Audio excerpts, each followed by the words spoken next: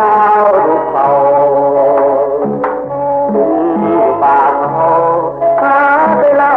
จะมาเบียบานได้มาครั้งหนึ่งที่ถึงพาให้อายฝันเมื่อบุญกินเตียงคืนนั้นก็ฝากสัมพันธ์กันเงินนาที่สันผู้บอก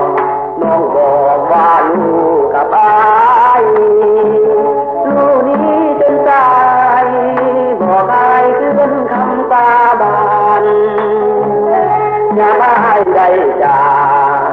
ถ้าน้องคืนสู่เวียงจันทร์วันหนึ่งอายคงกับมันมากันโง่สาวมุงสาวเนื้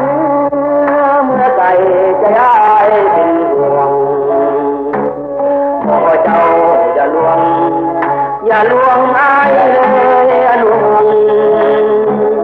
ถึงอายใจห่างหัวใจน้องน้ำมันคงจงฟังเสียงที่มองตรงดูยนต์จงลองแจ้งบอกว่า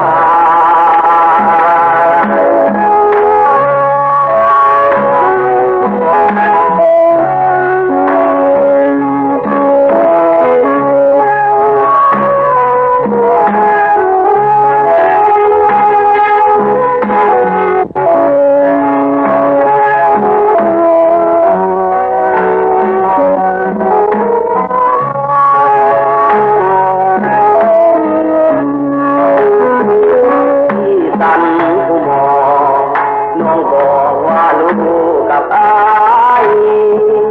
ลูกนี้จนตายบอกใครเคลื่อนคำสาบานไม่ได้ได้จากถ้าน้องคืนสู่ยังจ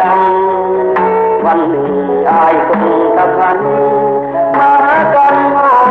สาวมุงสาวเมื่อใจใจอายเป็นห่วงขอเจ้า